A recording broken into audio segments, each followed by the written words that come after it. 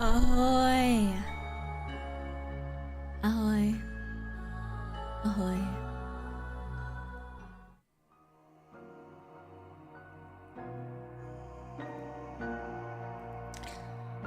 What the fuck is up, cuties? It's time to get schooled. Welcome. Ding dong, ding dong. Class is in session. Ding dong, I hope you're sitting down because class is in section. Yes. Ahoy. Ahoy, ahoy. Sorry I was late. I was scrambling. I woke up like, yo, chattiers, thank you so much for the gift sub. Thank you so much. Sub? Where the fuck am I? Thank you so much for the gift membership. Thank you so much. I really appreciate it. If you're gifted today, please make sure you thank your very, very sweet and lovely fellow Skelly. Yeah, I was very eepy. I was very, very eepy. How y'all doing? Ahoy, welcome to class. Sit down. Everybody take their seats. I hope you're all prepared. You have your notes open. Today, we scrambling some eggs. Yeah. How you guys y'all like your eggs in the morning? I like sunny side up. I like sunny side up. Yeah, I'm an imposter. I'm not even freaking real. Glasses captain. Yes. Everybody got all their little tools and stuff ready? Fertilized is crazy. Fertilized is insane. Yeah, sunny side up with a bit of soy sauce and pepper. That's what my answer was. I can peer over the glasses to be like, what the fuck is wrong with you? I like scrambled, as in. I like scrambled.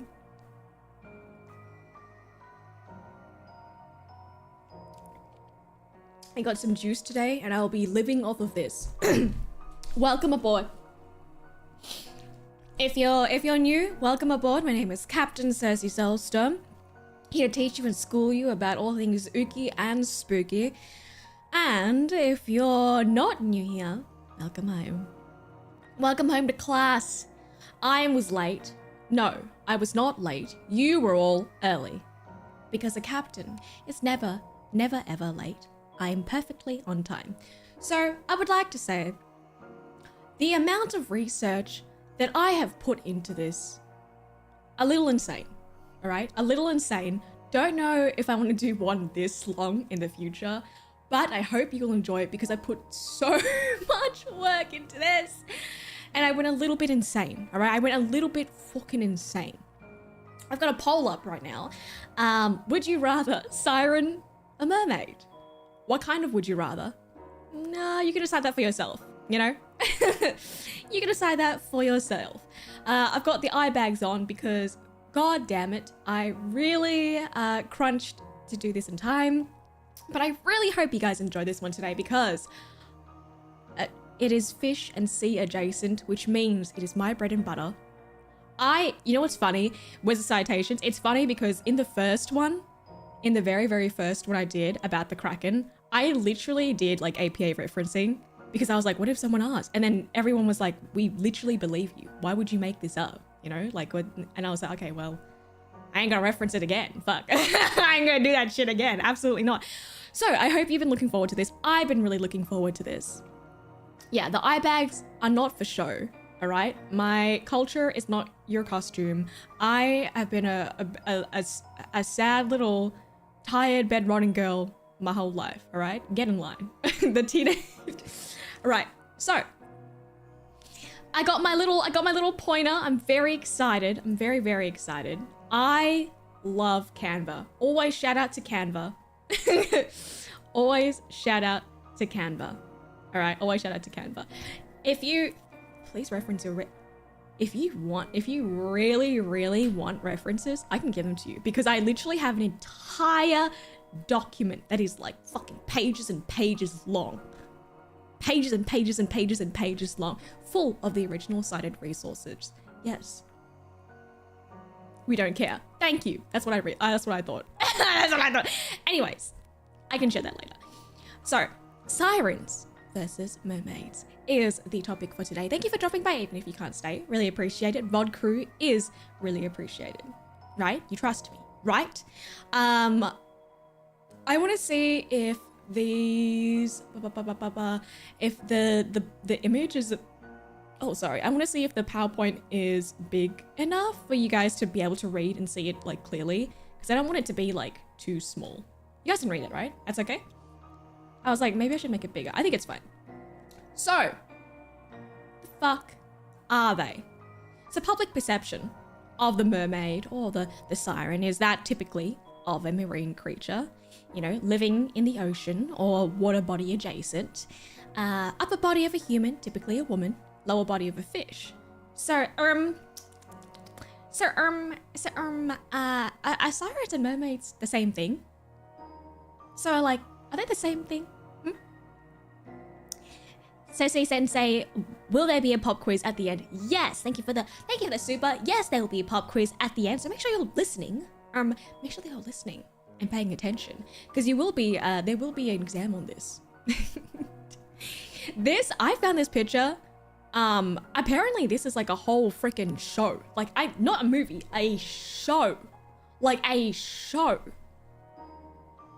about this chick that has the craziest blue-eyed stare that I've ever seen, actually. But yeah, it's about like a quote-unquote siren. It's called like Sirens. I haven't seen it personally, but I saw this picture and I was like, she looks like she would eat me up. Is there homework? I would never do that to you. Babes, I would never do that to you. You know, you turn up and I'm like, thank you. You turn up and I'm like, you know what? That's all I'm asking for. You know, homework is a little, yeah. They're very different. What do you guys think? Are they the same thing? I feel like a lot of people think they're the same thing. I mean, would this not be a mermaid? Is it just because their intentions are different? Yeah, I've never seen this before, but apparently it's a whole ass like series, you know?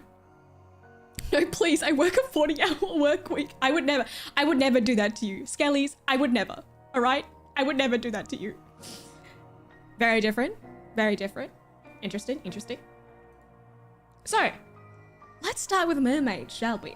I feel like people are more familiar with mermaids than the sirens. It's a little bit more this one's a little bit more, let's say, open to interpretation, the mermaid.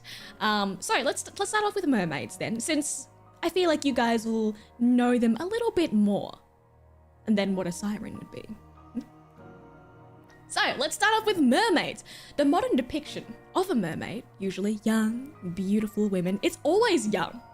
You ain't never seen an old woman mermaid, you know? Which, I mean, I feel like I need hag representation a little bit, you know? I feel like I need a little hag representation, because they're always like young and beautiful.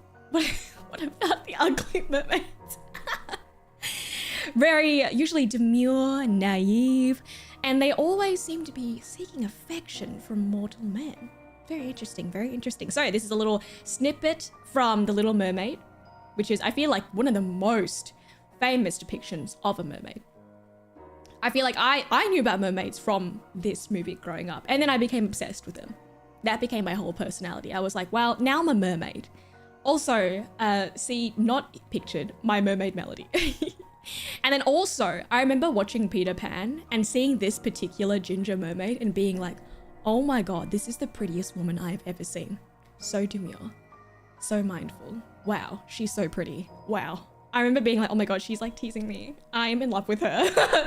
And me finding out that I can like women too. Or actually, actually, I think I am interested. I think, hello, I am picking up what you are selling.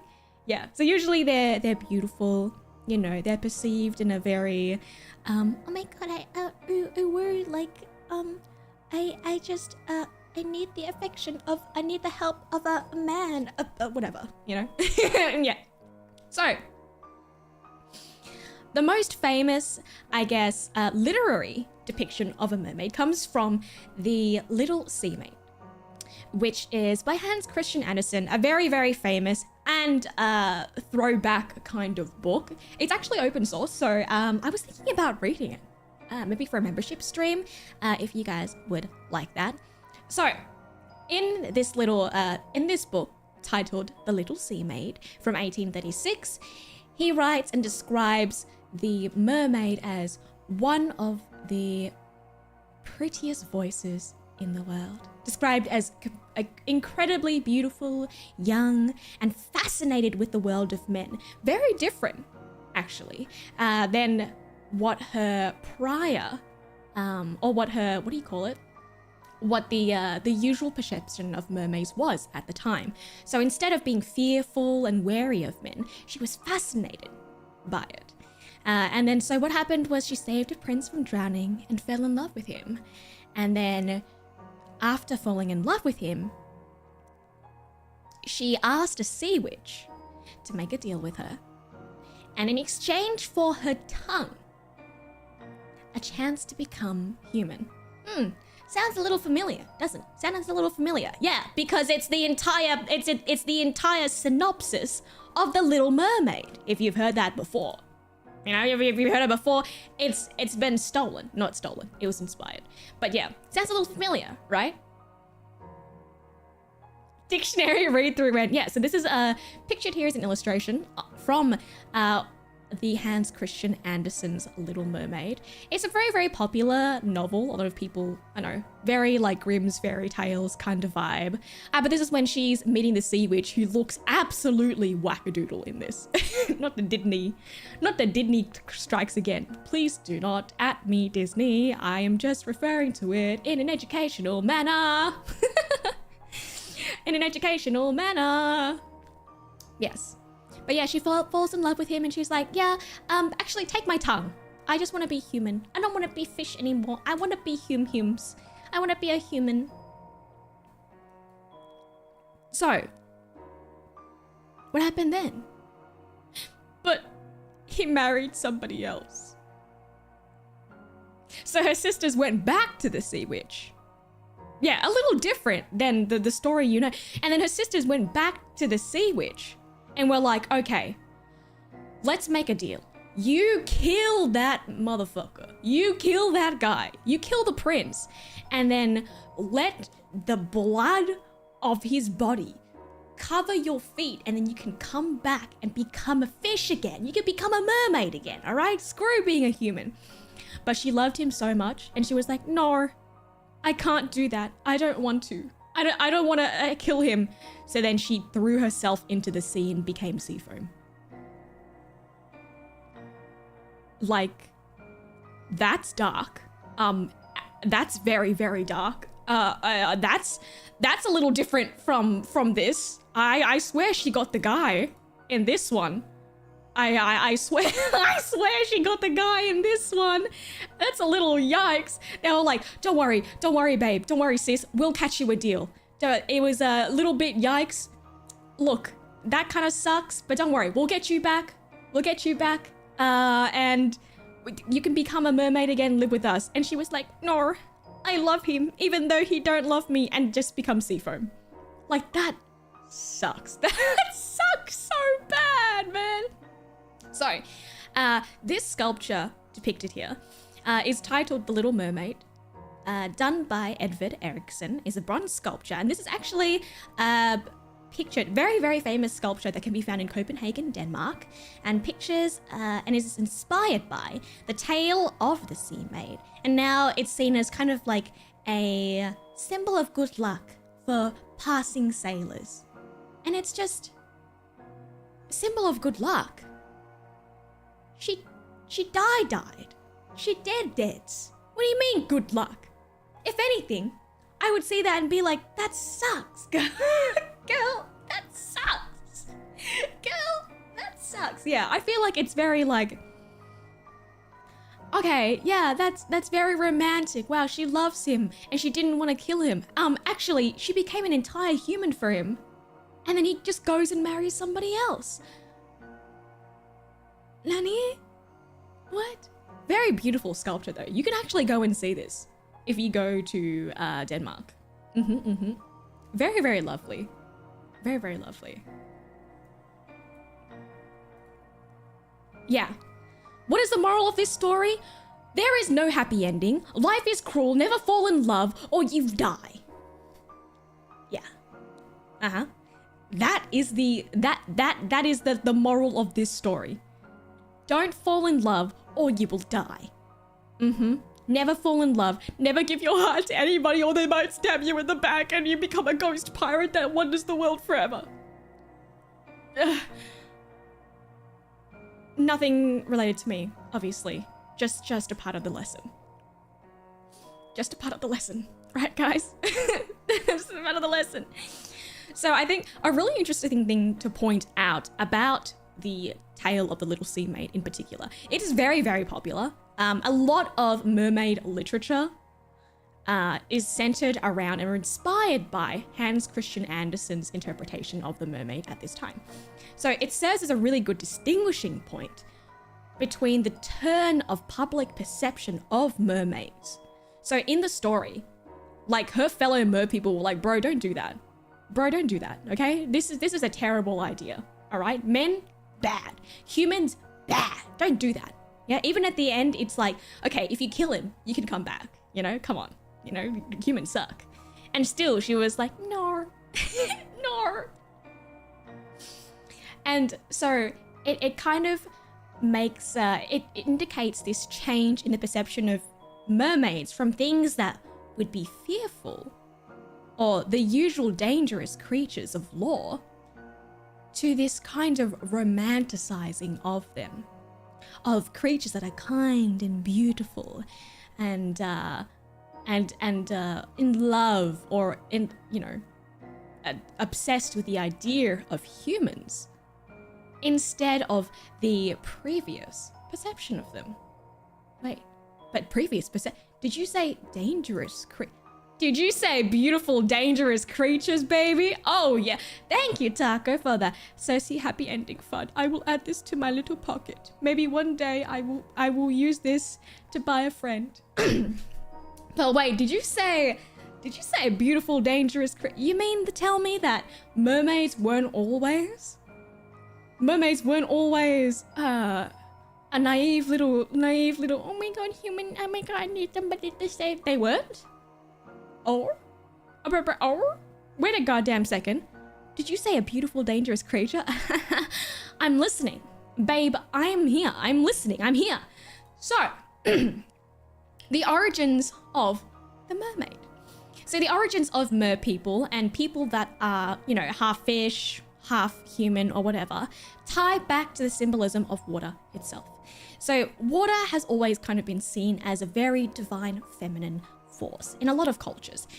There's this big duality of something that is deep and immutable and powerful. Think like sea storms, tsunamis, like a very powerful force, yet something that is ever moving, changing, you know, something that brings fertility and blessings and nourishment. A lot of cultures around the world depend on bodies of water and like the blessings that they bring, food, fucking think of like the coming in of tides and such for different seasons that bring about blessings for, oh, thank you Phobius for becoming a Skellywag, welcome. Yeah, and so these depictions of fish people around the world vary just as much as the perceptions of the bodies of water vary in these different cultures. So sometimes, for example, if a place has a very negative perception of the ocean, they're perceptive to tsunamis or floods, they'll have a more negative perception of the ocean and therefore the deities and myths that relate to it, if that makes sense.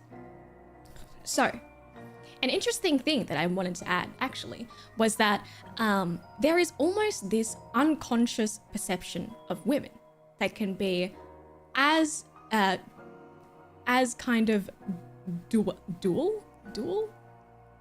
That reminds me of just time to duel. It's time to duel. Yeah, so I feel like there's this perception of women that is always very like, what is it? Like two sides of the same coin. Beautiful, yet terrifying, almost, yeah. And an interesting point that I wanted to bring up is that I actually came across this point. It's a Jungian principle by Swiss psychologist Carl Jung, and it what he studied was that he suggests that there's a separation between the conscious mind and the unconscious mind. But look, it's not that kind of stream, all right? It's not a psychology kind of stream. It's a hot monster people kind of stream. And I think it's interesting because he suggests that there may be a tie to the unconscious perception of women as something terrifying yet beautiful and integral to life. That saw sailors or men typically kind of perceive them or depict them as mythical beings. Just a little food for thought. I think that's pretty interesting. Yeah, and how like, I feel a lot of people be like, yeah, beautiful, terrifying women, you know? And it comes, well, the word mer is from the Old English word for sea. And then maid, obviously, is another word for young girl or woman. Women's scary, yeah. They're going on a trip with a little rocket ship flying through the sky. So, as I was saying about all the different kind of interpretations of cultures around the world for these little fish people, let's take a look. Let's take a little trip around the world, shall we? Shall we? Greetings. Welcome aboard. We're learning about sirens and mermaids today. I'm going to take a little bit of a sippy.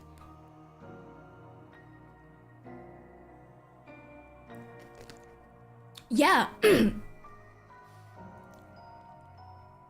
It's funny because mer is an Old English word for sea, but mer in French also is, I think it's rooted in the word for mother. So it's almost like mother of the sea. Anyways, that's also not that kind of stream. Anyways, let's go on a fucking trip. Yay, I love trips. Sail the ship around. Let's look at some interpretations of mer people or mermaids from different cultures, shall we? And see if they perhaps have anything in common. Slavic.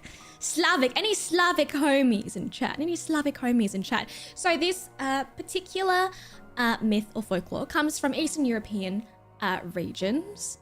I don't want to say Russia because obviously the Slavic region is very, very big. So this is the Rusalki. God, I am so terrible. Okay, apologies if I mispronounce any of these. I'm just an anime girl. I'm trying my best. Okay, so the Rusalki, typically women or young women that have died violent related water deaths. R.I.P. Sorry, babes. Yeah, Ukraine does count as Eastern European. So, a lot of their stories revolve, unfortunately, around the betrayal of a husband or a lover. The difference between these is that they are freshwater living. So you will see them in lakes, streams, moving bodies of fresh water, and a lot of their motivations in terms of if they're nice or not nice vary depending on where they are found. So in areas like called the Danube River. I think it's Danube.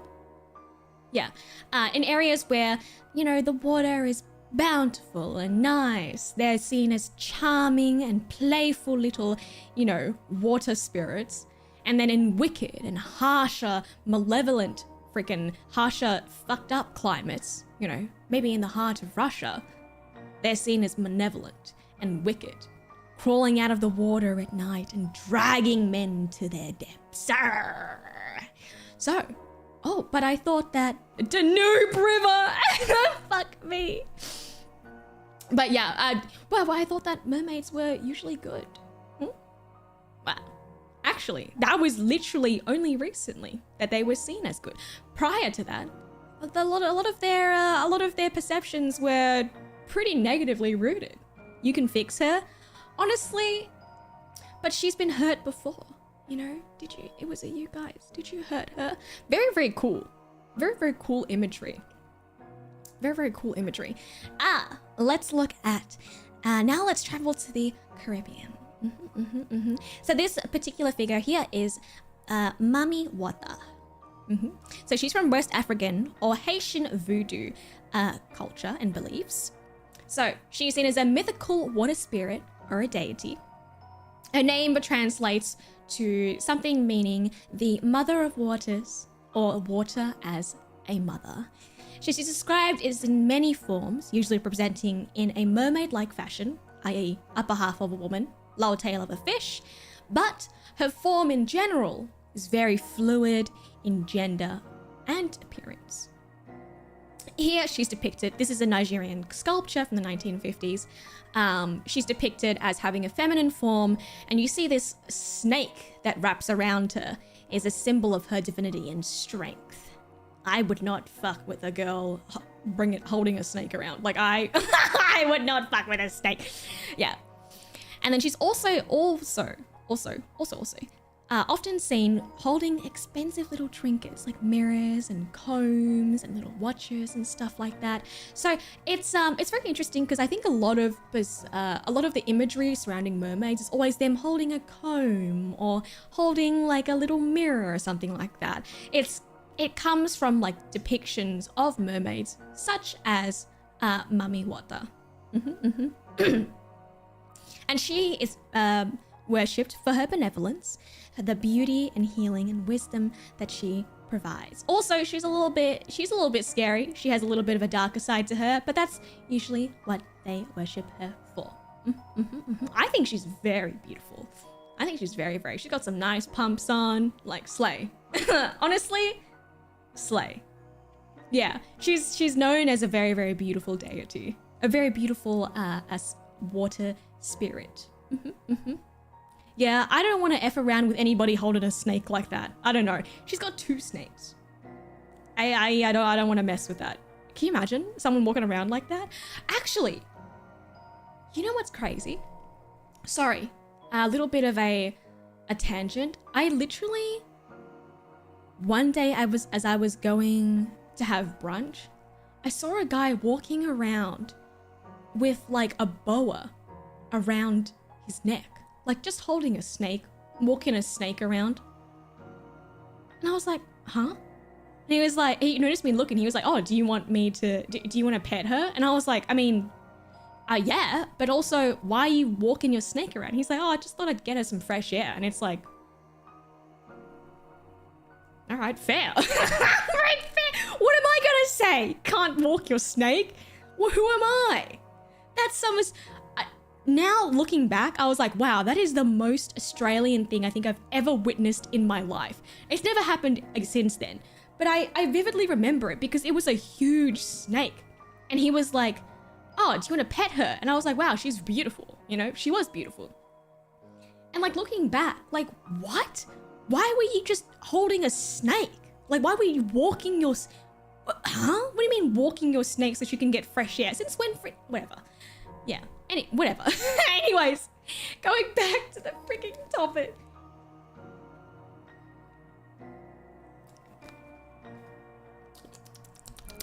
Now.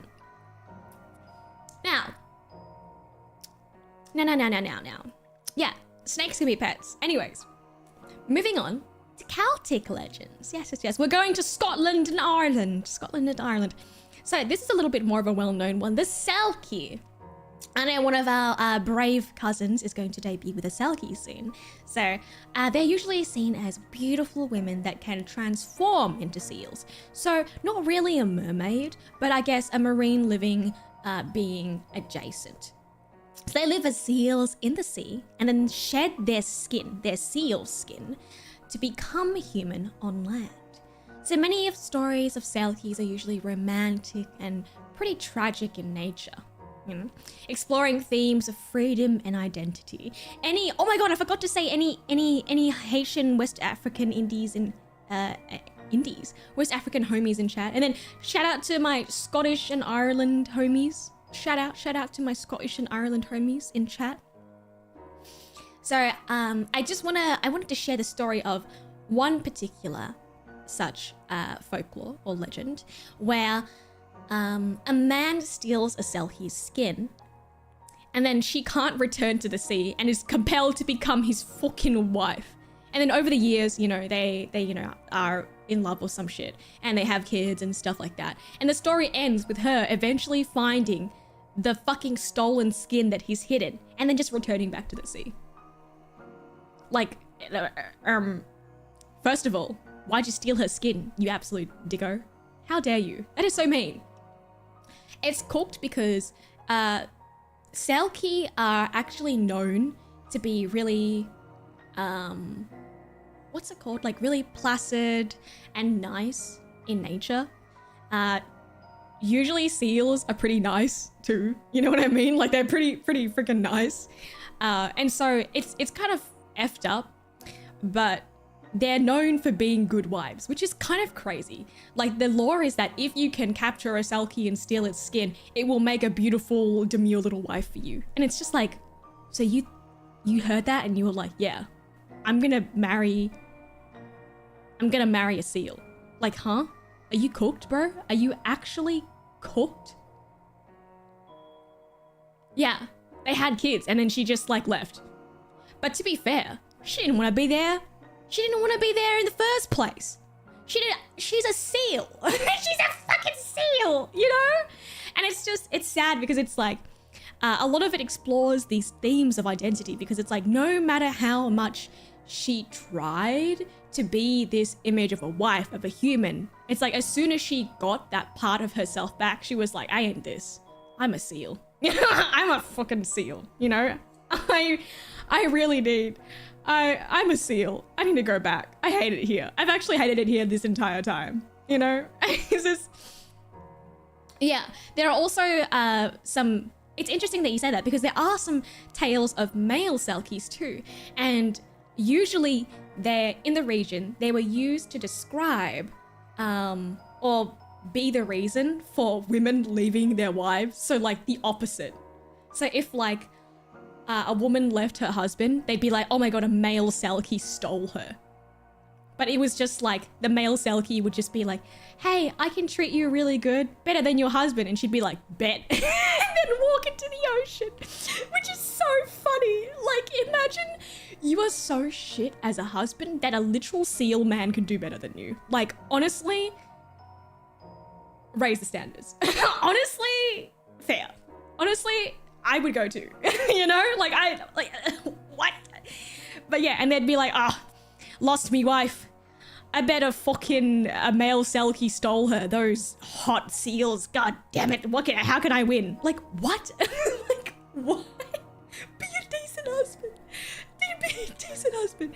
Anyways, isn't that not the craziest thing? I didn't want to include it because I don't like women, but I thought it was a really, really funny story. I'm glad that someone brought it up because it's a little insane that they're like, yeah, oh, I miss me wife. I think she got stolen by a freaking seal.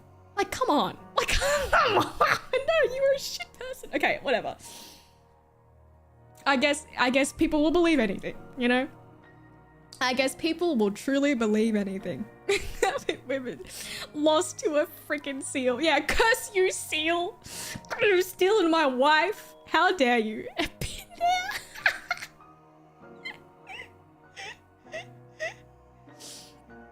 Oh, okay. Breathe. Moving on. I might butcher this. Shout out to my Greek homies, Thessaloniki. I hope I pronounced that live. All right. I think there's a city in Greece. Greece? There's a city in Greece. I don't know why that sounded so weird. It's called Thessaloniki. It's one of the larger cities. But this is one of the earlier depictions of mermaids where they're depicted in this, like, what do you call it? The classic form. Very, like, upper body, woman, lower body, fish, pretty woman, watch sailors, etc., etc. Yeah. So, Thessaloniki was Alexander the Great's sister. Yes, the Alexander the Great. Yeah, that guy. And she was the queen of Macedon.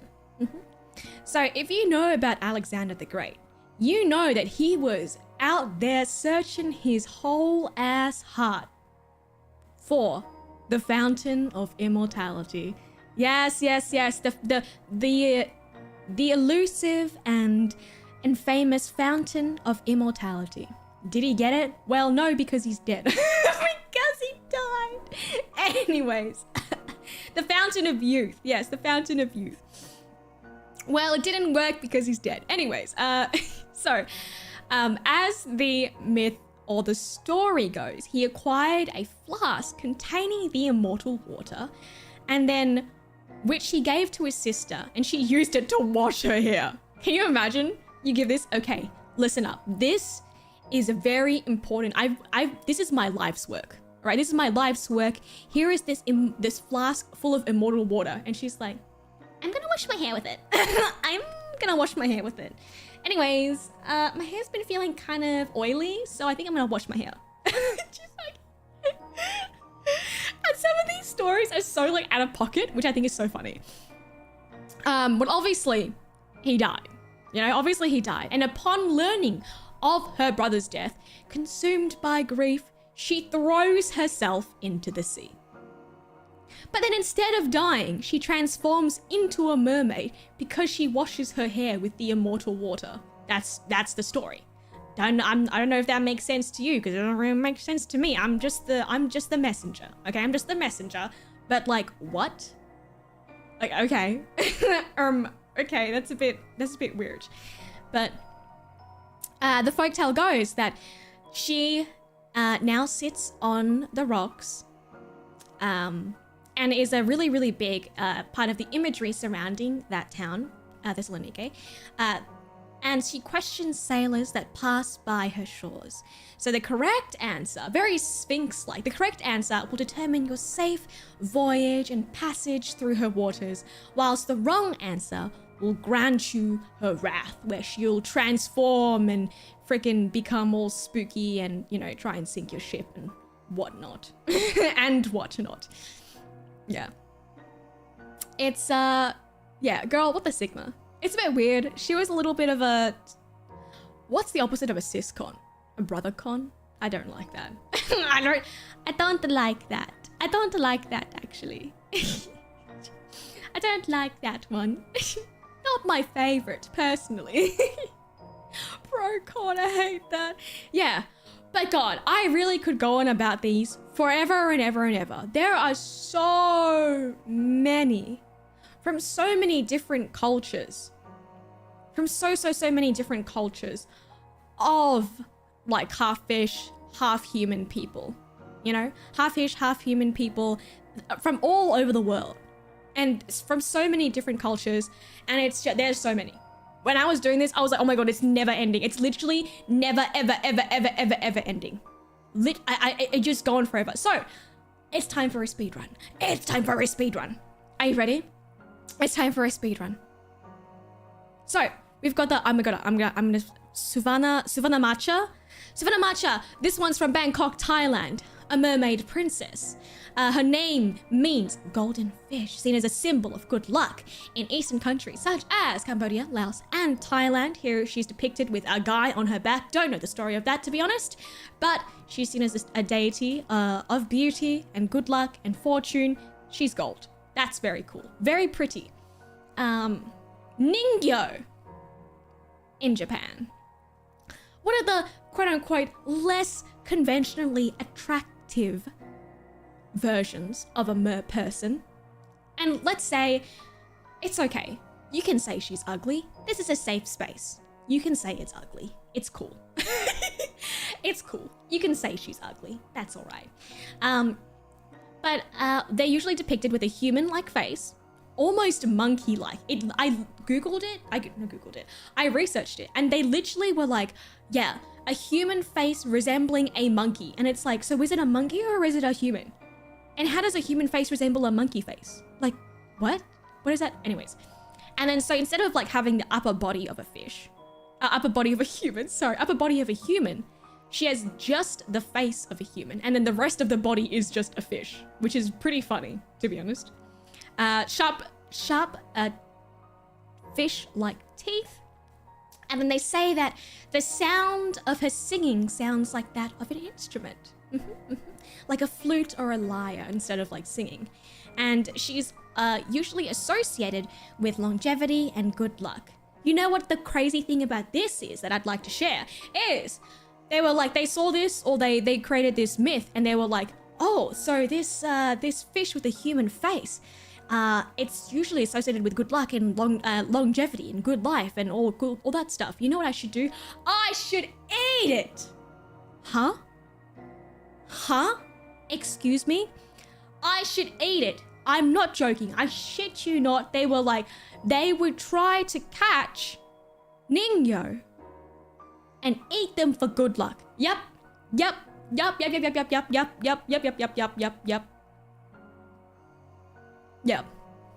Can you imagine? Can you fucking imagine? You see a fish with a human looking face and you're like, you know what? I think I'm gonna eat it. No! Absolutely not! What the heck? Like literally, they would literally go out and be like, okay, soldiers, I want you to go out and try and catch this mythical beast, because I think it'll make me live forever. And they're like, the fish with a human face? Yes. No! Are you kidding me? Imagine being the soldier and being like, I thought I was gonna fight in a war and I'm trying to catch a fish. Like, huh? What? What the heck? What on it? Oh my god. Okay. So, and the last one we'll look at today is the Melusine from Western Europe. Shout out to my most Western Europe homies. Is a female spirit of fresh water. With the upper body of a female and the waist down of a serpent or a dragon, sometimes depicted with little wings. Very, very cool. So, the story of Melusine, I hope I'm pronouncing that right, Melusine. The tale of Melusine is that there is a nobleman, pictured here, his name is Elnus. I don't know when you'll ever need that name, but that's his name. He's a nobleman, he's rich, he owns a little land and stuff. He loses his wife and he gets distracted and he goes, okay, I'm gonna go hunting to distract myself from the loss of my wife. And then he finds Melusine.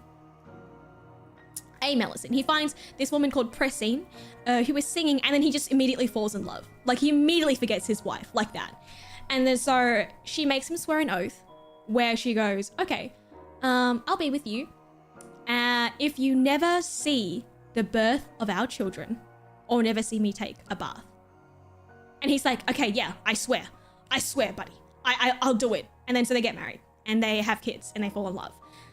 And then during the birth of his children, he gets so excited that he runs in to see and breaks the promise. And she was like, I literally asked for one fucking thing. And then she takes the woman, she takes her kids and fucks off. She takes her kids and leaves. And this is the funniest part. This is the funniest part because it is said that it's not like she didn't tell her kids about it. She would bring her kids up to the mountain to show them their father's realm. Like, okay, look at all this, you know, like in what is it? In Lion King, where they're like, look at all of this. That's your kingdom. She was like, look at all of this. That could have been your realm. But your dad's a lying traitor. Every single morning. Imagine every single morning. Look at all this stuff that could have been yours. But no, your dad's a stinker. No? You fumbled the bag. Son of a bitch. He done fucked it. He had one thing and he messed it up. I think that is so petty and funny. Like, that is so, and it's like, it's not like it was an accident. You know what I mean? It was an accident because he was like, oh my god, I love my kids so much. And he goes in and she's like, I asked my birthday. I just think it's so petty and like bitter and hilarious. I just think it's so funny.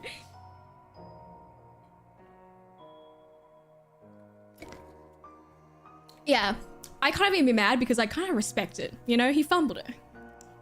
Okay, but so see, that's a lot of stuff about mermaids, you know? That's a lot of stuff about mermaids.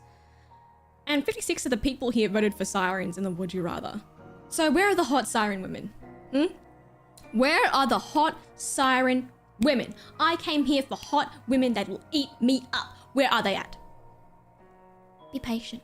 Have patience, young Padawan. Have patience. Oh yeah, sorry, the Melusine. If this image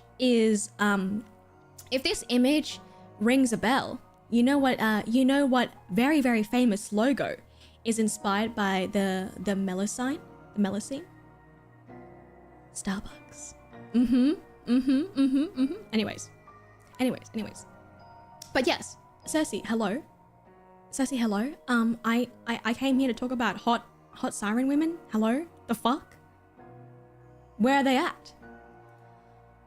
Alright, it's time for Homer's Odyssey. It's time for Homer's Odyssey. Time for Homer's Odyssey. Again. Sit fuck down. We're going to talk about Homer's Odyssey again. I'm going to talk about Homer's Odyssey again. If you're new here, it's a little bit of our whole thing. Alright, Cersei, me, that's my name. Come on. I don't want to talk about it too much because you know the stuff happening. All right, we're talking about it. We're talking about hot fish women. All right, let's not talk about. So, Homer's Odyssey. Yes, again. Yes, I'm gonna talk about it. Okay, but we talked about different things last time. Okay, last time we talked about Cryptids and we talked about Scylla. Okay, this time we're talking about Sirens. Yes, babe. So in book 12 of Homer's Odyssey, a very, very famous epic, Cersei, that's me guys, Cersei the witch, warns Odysseus of the Sirens on his journey back to Ithaca. And what does he do? He resists the Sirens' charms by plugging his sailor's ears with beeswax and ties himself to the ship's mast to be able to listen to the Siren's song without being lured. See, pictured here is one of the sickest, I think, depictions of this tale. I think this image is beautifully done. So cool. You can see Ulysses. Ulysses is the Greek name for Odysseus. They're the same thing. You can see Odysseus here tied to the mast. I'm going to refer to him as Odysseus because Ulysses is a little bit harder to say for me, and I'm Australian. So this is a watercolor painting. I think it's watercolor. No, I lied. I'm sorry. It's an oil painting, I believe. Please correct me if I'm wrong. 1891 by John William Waterhouse. And it depicts his interaction coming across the Sirens on his journey. You can see his guys rowing in the boat and him tied to the mast, and then all the Sirens surrounding him. Wait, that looks a little bit different, right? That looks a little bit different than all the little fish people that we were talking about before. Huh. See, I've known about this story for a while. All right, I've known about this story for a while, and I've always thought, okay, if you're gonna give your homies beeswax to put in your ears, why didn't you put beeswax in your own ears? Why'd you tie yourself to the mast for? What's the point of that? There wasn't enough beeswax to go around, like, surely. Right? Like, how does that work? I always thought, like, why did he do that? So I'm going to read you a little excerpt from the epic. Come this way, honored Odysseus, great glory of the Achaeans, and stay your ship so that you can listen here to our singing, for no one else has ever sailed past this place in his black ship until he has listened to the honey-sweet voice that issues from our lips, then goes on, well pleased, knowing more than ever he did, for we know everything that the Argives and the Trojans did and suffered in white Troy through the gods' despite. Over all the generous earth we know everything that happens. So why? Did he just want to freaking hear it because what? He wanted to listen to it? Note that the last line of this is when the Sirens are talking to him, by the way. Over all the generous earth, we know everything that happens. So as the Siren song is usually depicted or, in popular media shown to be like them singing. But in this tale, it is considered that it's not singing, but almost as if a poem. Almost as if they're reciting poetry to him, bestowing their listener with wisdom. In this case, irresistible wisdom and knowledge that Odysseus sought to be able to return home to Ithaca. They are said to know everything that happens on Earth. And for him, it was very, if you have seen Epic the Musical, lol, not to bring up Epic the Musical, but,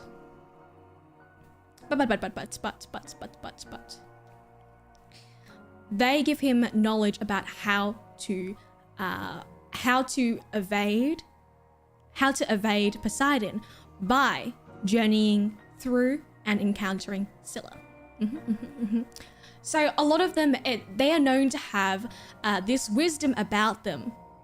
And so men who have been at sea for a long time would usually seek knowledge about their wives or their children who they have left for years or months on end. And so the wisdom that, or the information, the knowledge that the Sirens hold is what is irresistible to them. Yeah, I mean, well, it is a poem in a sense. So,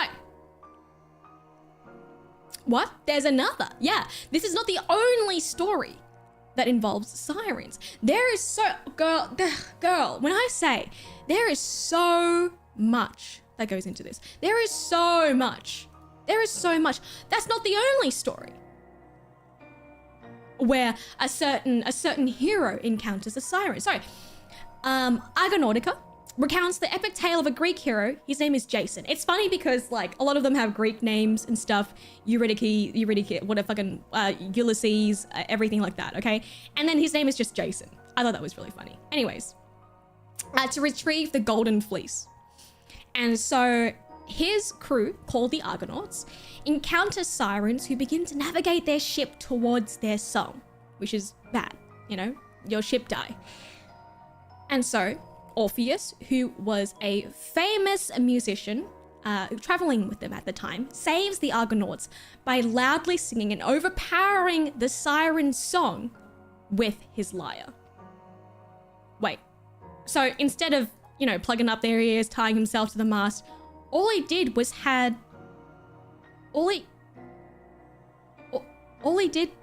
just have a musician sing really loud? Wait, but that reminds me of someone.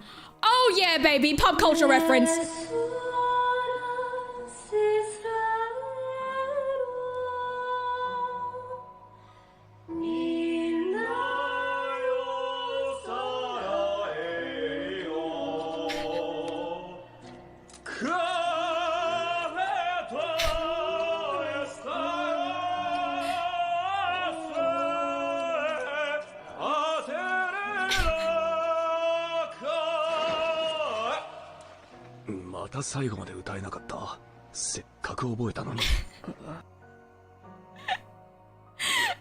This motherfucker. It's funny. It's so funny because look, there are a lot of mythical beasts and stuff in Dungeon Meshi, and I feel like I am Laios. Okay, me, the little weirdo who's obsessed with the monsters, that is me. I am Laios. Okay, I'm the bitch obsessed with the monsters. This is from the anime Dungeon Meshi. If you haven't seen it, it is so good. I highly recommend. Great anime. And in it, he encounters these sirens and they're doing their siren thing, singing their siren song. And he literally evades them by trying to out-sing them. I don't know if he did it because he wants to sing with them genuinely, like just genuinely wants to sing with them, or he's doing it to evade their singing. And he's like, damn it, they always never let me finish the song. Oh no. God damn it. So yeah, there's literally a story about someone doing the exact same thing, which I think is what inspired this. Isn't that interesting? Isn't that interesting? Could be both. I mean, could be both, yeah. I think he just wants to sing with them.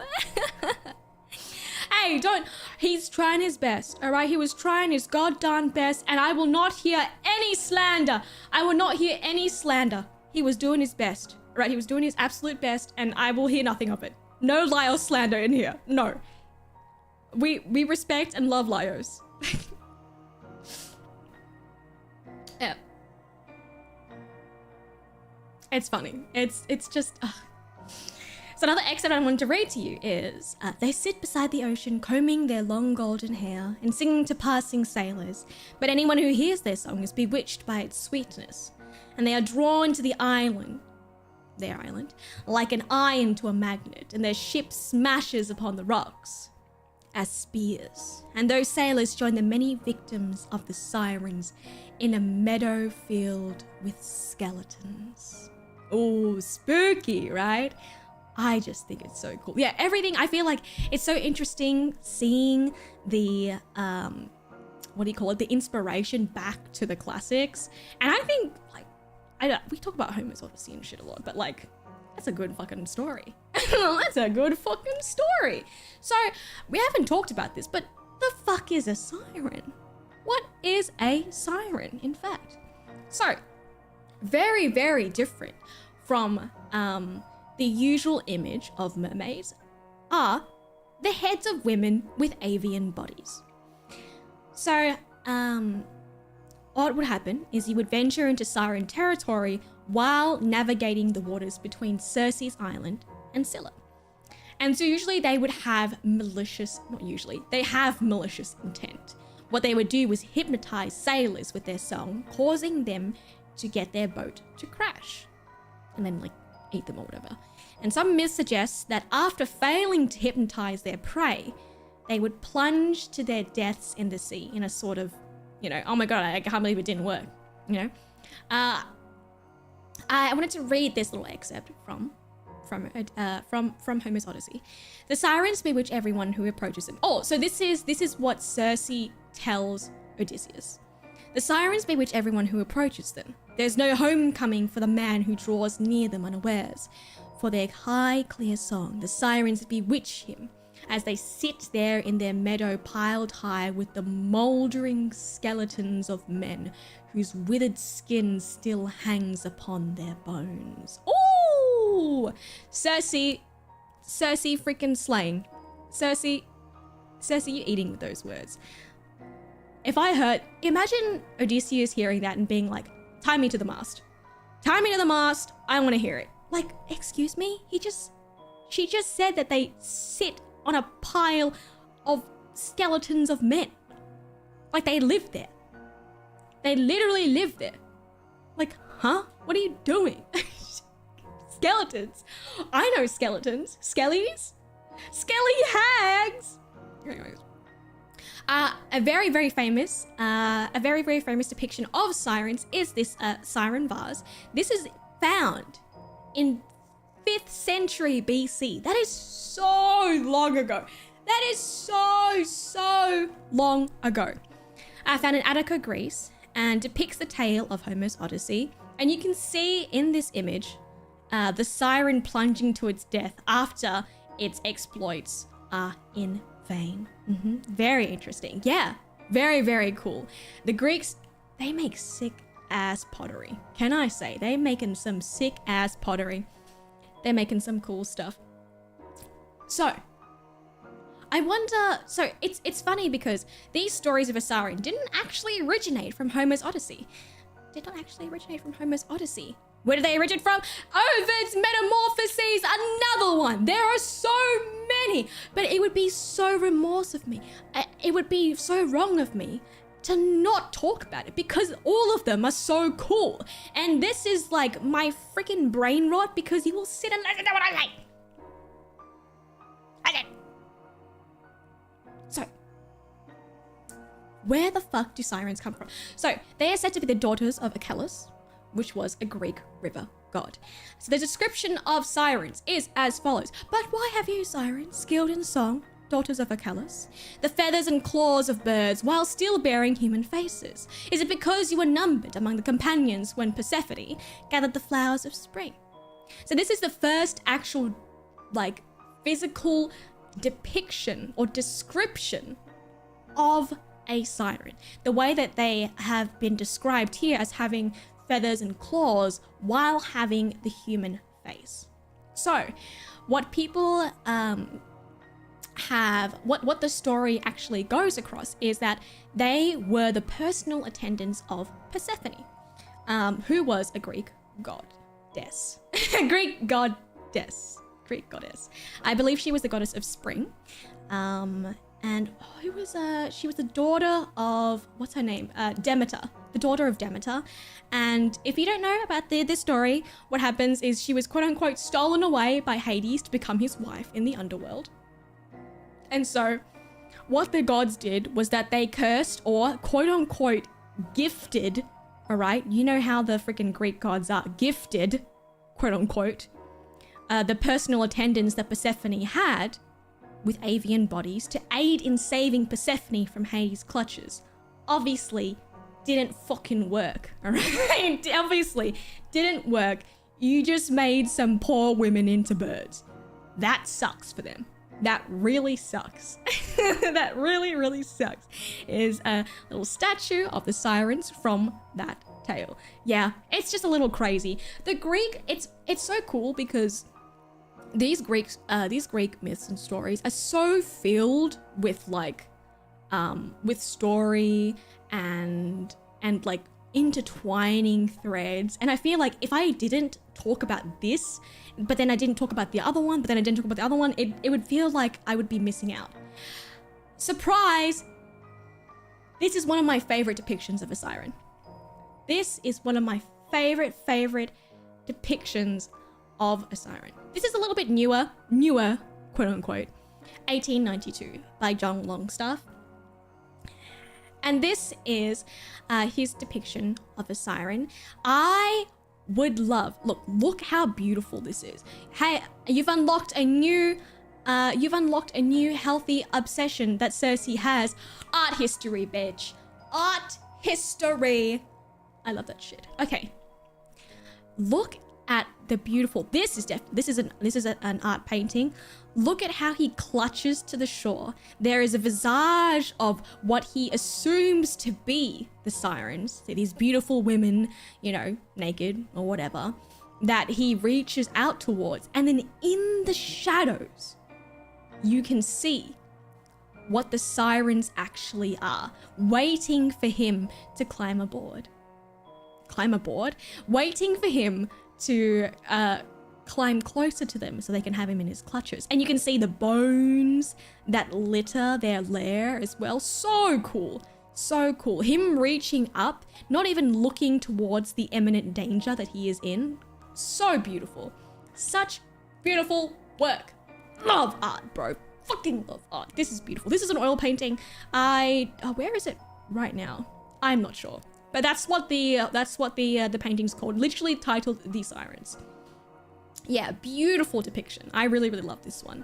Love the use of light and dark in this one. Obviously the color is great. I mean, look, I'm a fan of green, you know?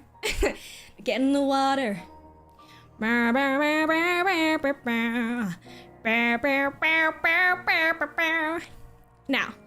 let's take a little bit of a break from all the stuff. We've discussed all of the, you know, all of the lore surrounding mermaids and sirens. So let's take a little bit of a breather and look at famous media.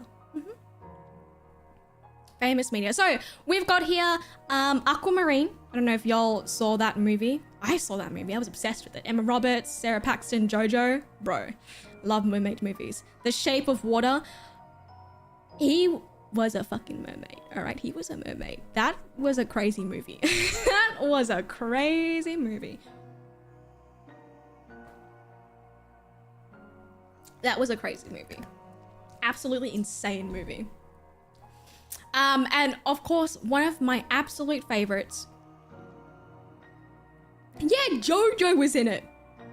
One of my absolute favorites, an Australian classic, H2O, Just Add Water. It was about these three friends where they were, I don't know, they were mermaids or some shit. And then every time they touched water, they would turn into a mermaid. I don't know if you know this meme, but it's the Australian meme where it's like, "Nor, clear, nor." No. No. No. No. No. No. No.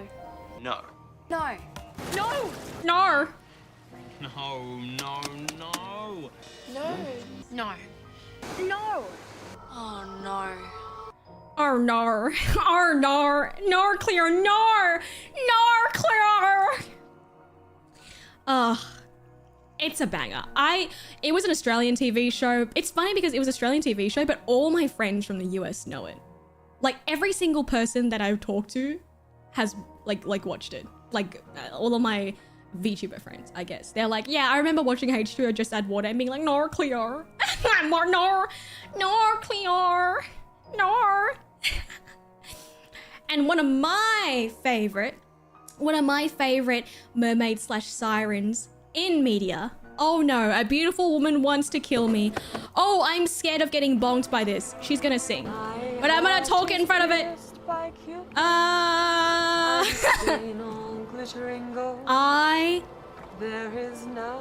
Bro, this is from Pirates of the Caribbean. I think on Stranger Tides, I think it's this one. Copyright, wherever he may go.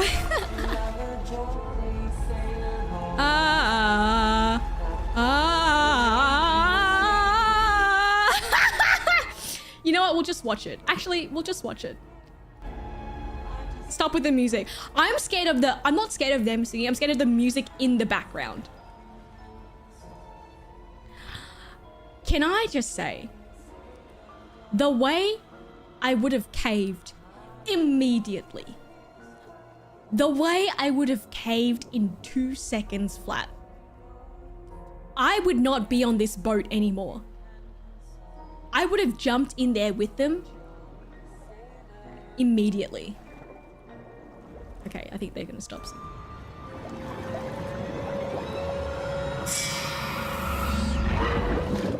Like, ow. Okay, that's all we'll watch because I don't want to get bonked. But honestly, 2 seconds is a stretch. I'd be one. Yeah, honestly, that's hot. Honestly, oh no, a beautiful woman that wants to kill me. My weakness. Oh no, I've been on the seas for so long. Oh no, what could I do? That's terrible. Oh no. Oh no, don't eat me. Don't drag me into the water. That's terrible. No. No, I'm but a sailor. I'm but a little guy. What could I do?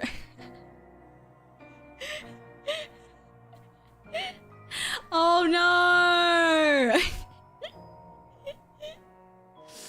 Okay. So, to you guys, what is your famous depiction? What is your favorite depiction of a mermaid in media? I haven't put everything up here.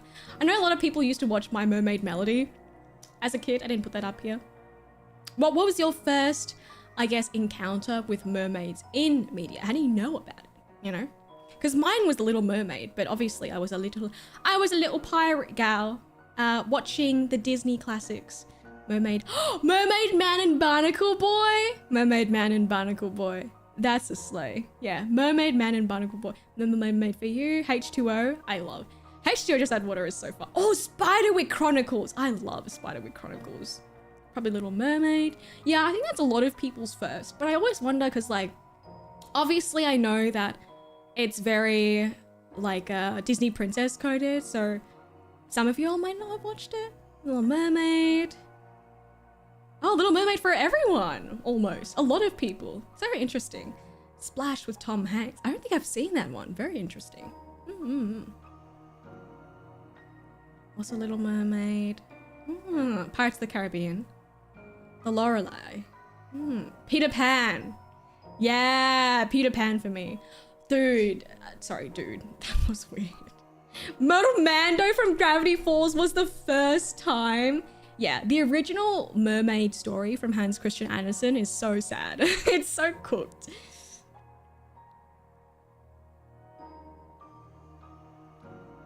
Man, not Mermando. Not Mermaid Man and Barnacle Boy. Guys, not Mermaid Man and Barnacle Boy. That's crazy. Shark Boy in Love. Shark Boy's not a mermaid. that shark boy is not a mermaid. What's his name? What's his name? Not, what is his name? The actor that is, Jacob,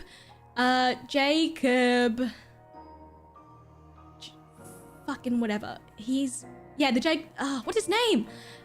Taylor Lautner. Yeah, Taylor Lautner! I got it. Taylor Lautner is not a mermaid. Taylor Lautner is not a mermaid. That is a boy with shark teeth and a little shark outfit. Whatever happened to him? I don't know, actually. Merfolk. Magic the Gathering. That's very interesting. He's a merman. He is not a merman. He was a kid raised by... he was a kid raised by sharks. If I recall Shark Boy and Lover Girl correctly. Yeah, I believe in the story he was the son of like a fisherman and then his dad died. Sorry, spoilers, but also you should have seen this movie by now. And then he gets raised by like sharks. Shark Boy and Lava Girl. Shark Boy and Lava Girl. Yeah, and then he, over time, he gets the webbed hands and the gills and stuff, which is like, it's a kid's movie. I'm sorry about the spoilers. You should have watched Shark Boy and Lava Girl by now, surely. Okay, I'm sorry. His dad was a marine biologist.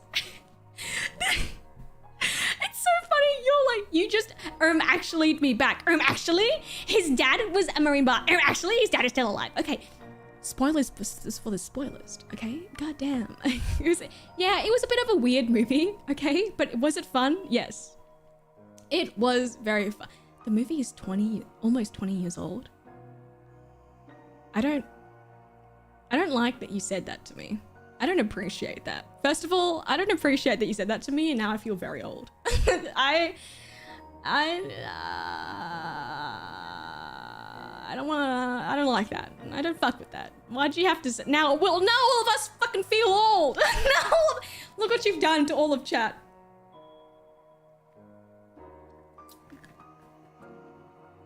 God, yeah, way to make all of us feel old collectively. Yeah, thanks for nothing. What the heck? All right. Okay.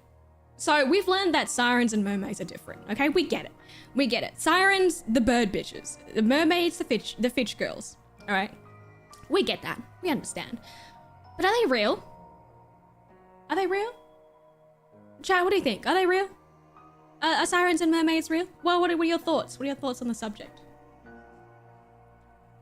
Actually? Yeah? You think they're real?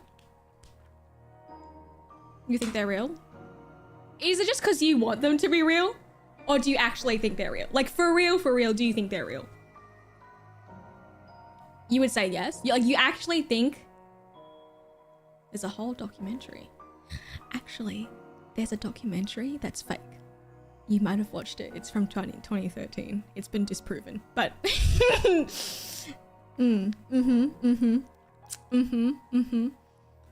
I mean, you exist. I'm a ghost pirate. What are y'all talking? I'm literally a ghost pirate.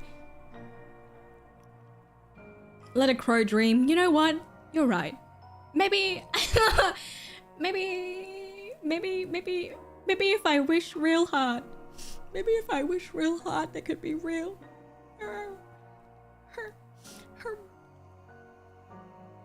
We can make them real. That's some CIA stuff. I don't know if I fuck with that. When you wish upon a star. Yeah. Ghost siren. No, I'm just a ghost pirate. I remember we didn't go with the siren thing. We didn't go with the siren thing. Yeah. Oh, mermaids in One Piece too. Oh my god, mermaids in One Piece. They were very pretty. I love the mermaid place in One Piece. I love that they were really big. Love that stuff. What? Are they real? Yeah. Are they fact or fiction? I forgot to do this. Fact or fiction? They're real and they're spectacular. You saw them in an aquarium show. Literally only 5% of the ocean has been explored. So it could be real. I mean, of course. Yeah, fiction, fact, or fiction. Sorry, that was supposed to be this slide. I was supposed to put it on this slide. But this is the engagement bait. This is the engagement bait. Fact or fiction? Fact?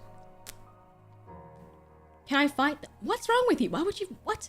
I think so on for Halloween. Actually. Fact or fish? Fact or fiction? Fiction, but real in my heart. Fact. Interesting. Bit of a divide here in class. Bit of a divide here in class. Okay. So, welcome to my favorite part of every single thing. Welcome to my favorite part. I fucking love the ocean. Woo! It's time for ocean facts, bitches. Let's go. It's time for some ocean shit. It's time for my favorite section. I fucking love the ocean. Hell yeah. Let's go. Meet the manatee. Yippee! Fucking love. Let's go. I love him. Pleading face emoji. When shaped. The M in myth stands for manatee. Yippee! I love fish. That's not a mermaid. We'll talk about that. So, back in the day, Christopher Columbus first claimed to sight mermaids as early as 1492. Since then, it has been disproven. What he actually saw was the first sighting of a manatee. What? That guy again. Man, that guy. Yeah, we should have known. When he was like, I saw a mermaid, we should have been like, oh man, this guy. Oh, we really believe in this guy? God. Not this guy again. Yeah, it was that guy again. Sorry to the US friends. Sorry to my US friends. So, the manatee is a large and slow-moving marine mammal. Marine mammal means that they breathe water, but they live in the ocean. They live in large bodies of water, usually fresh, but also salt water on occasion. They are called, or their, their colloquial name is often called a sea cow. Because they're herbivores. I mean, they also eat like little fish and, snails or whatever on occasion. But mostly they are herbivores. But I mean, if a little bit gets stuck in, that's not the point. Anyway, so they're known as sea cows because they graze on seagrasses, weeds, algae, and because of their slow-moving and placid nature. That little guy, sorry, they breathe air. Why did I say water? They breathe air. They breathe air. The little guy, just a little guy. So, very important features. Little grey, friend-shaped. This is his snoot. This is his little snoot. Notice the little whiskers. His nose that close up so that water doesn't go in. His little flippers. So cute. His little flippers. And an important distinction, his little paddle-shaped tail that helps him get around. Isn't he so cute? Boop. Boop at his snoot. Isn't he so cute? I love them. I love them so much. They're so cute. I think they're so nice and cute and friendly. Okay. Then M in manatee stands for migratory. Don't let their size fool you. So a lot of their mammal counterparts, think whales and orcas and stuff like that, they use the fat in their body as insulation, so be able to survive in harsher, colder climates. But don't let that size fool you. In spite of their size, they actually have very little body fat compared to their marine mammal counterparts. So what they actually use their fat stores for is to survive in those climates where it starts to become a little colder and when food gets more scarce. So they actually are very, very intolerant of colder temperatures. They cannot stand colder temperatures at all and will often gather and migrate not often. They do. They migrate and gather around warmer waters so that they're able to fucking actually survive, breed, mate, etc. So this is the migration pattern of a Florida manatee, which is one of the 3 species of manatee that exist today. So you can see that the winter range is around the tip. I believe that's Florida. I really do not fucking know. And then during the summer, they have a wider kind of range here. But they have been known and have been cited to go all the way around the coast of the east here. Thank you, thank you. That's Florida, I think. Question mark, question mark, question mark. Question mark, question mark, question mark, question mark, question mark. Not sure, don't know what's up there. Yes, so the manatee stands for migratory. Sorry, these are the migratory patterns of different Sirenians. Oh, that's what they're called. So, the Stellar sea cow, now extinct. This is where they used to migrate. The dugong, which is different, but also in the same category, also related to the manatee is the dugong. Please notice that they are different and not the same. The West African manatee, which is found here in the freshwater and saltwater portions of West Africa. The Amazonian manatee, another one, which is located in the Amazonian rivers. And then the West Indian manatee, which is the one you would see if you lived in Florida and the east coast of America, which usually migrates around these patterns here. Of course, a lot of these migratory patterns have changed over the years because of global warming and the increase in changing of water levels and sea temperatures combined. Yeah, so unfortunately the Stellar sea cow, which was another type of Sirenian, hunted to extinction. It's very, very sad. Sorry, yes. Oh, yeah, sorry. Yeah, I was getting to it. Of course. Yeah, unfortunately, they were hunted to extinction, which is very, very sad. So it makes sense that now we must do our best to protect the species that we have left. Yeah, they were very, very big. The biggest of the Sirenians, but unfortunately, they are no longer. Yes, very, very, very, very different. So, the continuing on, the M in manatee stands for mommy.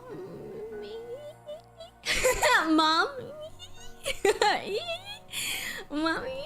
So, some little facts about manatees and their breeding and rearing of young. Manatees reach sexual maturity around the age of 5. So, that means that they don't mate often, and when they do, they only give birth to around 1 to 2 calves, and it takes them around like 2 full years of being dependent on their mother to become fully grown and independent for themselves, to become full-grown little guys. Look how cute this is, by the way. How cute is this little guy? Okay, mom, I flew up. Mom, I flew up. Yeah, they raise unfortunately, the women? What the fuck? The female manatees raise their young on their own. The young are actually born underwater, which is very, very interesting, but need their mother's assistance to take their very first breath of air. And they're not able to breathe on their own for at least the first few hours. So they need their mother's help to be able to bring them to the surface so they can breathe, because obviously they can't breathe underwater. And it's very, very interesting because there have been, manatees are usually pretty silent, but they do make calls under the water. Usually they are most often heard when the mother is communicating with its young, or the calf is communicating with its mother, where they communicate to each other in a series of chirps and calls. Think very high pitched, like. I should have freaking inserted a clip instead of trying to make this sound. Yeah. Anyways, but under the water. But yeah, it's really cute because it's like a series of clicking and chirping, and it almost seems like a little, you know, a little talkie. Blessed Cersea noises. Mother, I require oxygen for breath. Okay, well, I tried to make the noise. I really should have just put a clip. But I was like, oh yeah, I can impersonate a manatee. But yeah, they're really, really cute. I think like this picture of them hanging out together was so adorable. Obviously as mammals as well, they nurse on their mother's milk. So that means that their mother has to freaking eat like 50 million times more seagrass to make up for that. God damn it. God fucking damn it. Why am I like this? Well, we've learned about some manatees. We've learned about manatees. So let's read about dugongs. Hey yo. Hello, Halo Jones. Thank you so much for gifting a membership. Thank you. Really appreciate it. If you were gifted, please make sure you thank your fellow Skelly. The D's in D stands for dugong. I also love him.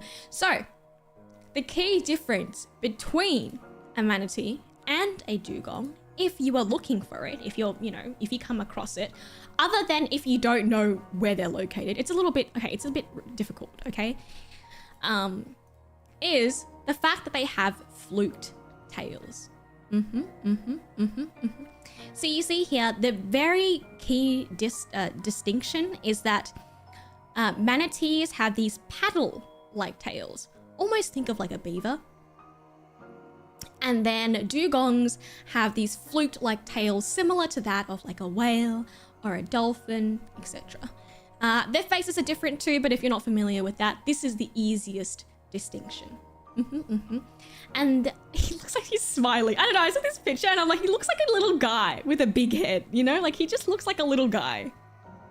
He's so cute. A lot of their distinctions are the same. It's just so freaking cute. Another distinction is that West Indian manatees and manatees in general usually have rougher skin, and then the dugongs have smooth skin. But obviously, like, that's stuff that you can't tell. Like, you cannot tell that by looking at them. They're also usually smaller than manatees, but of course you can't really tell that either if you don't have them side by side. But yeah, they have the shape of their muzzles is different, but you know, they usually eat the same kind of stuff. They're also sea cows. Their actual family is called Sirenians, which kind of makes up for how they might be confused with the sirens that we know today. That's their official kind of family name. Funny looking guys, aren't they? They're too cute. I don't know. They're really, really cute. But they're in fucking danger. They're in danger, lads. They're in danger. Manatees and dugongs are actually capable of living very, very long lives, right? Very, very long lives. Upwards of 60 years they can live. However, because of these things, because of human contact in particular, many don't even live past the age of 30 if they reach maturity ever. So, what is the cause of this? Their slow-moving nature, their personalities, their what's it called? Their not personality. What do you call it? Temperament. That's what do you call it? Thank you. I was like, temperature? No, their temperament.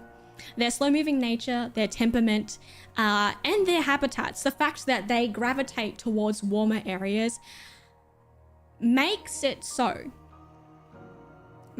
So coastal rivers and waters makes it so that they are at frequent risk of human contact and fuckery.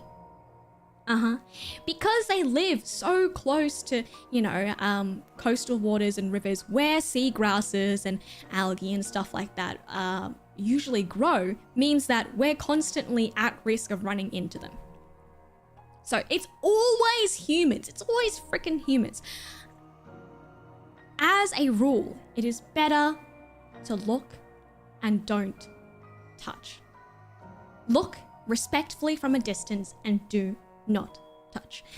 So a lot of their numbers are being are at risk right now because of stuff like hunting, you know, just exactly like how the what's his name, the Stella's sea cow became extinct. Hunting, getting hit by motorboats and other like freaking, what do you call it?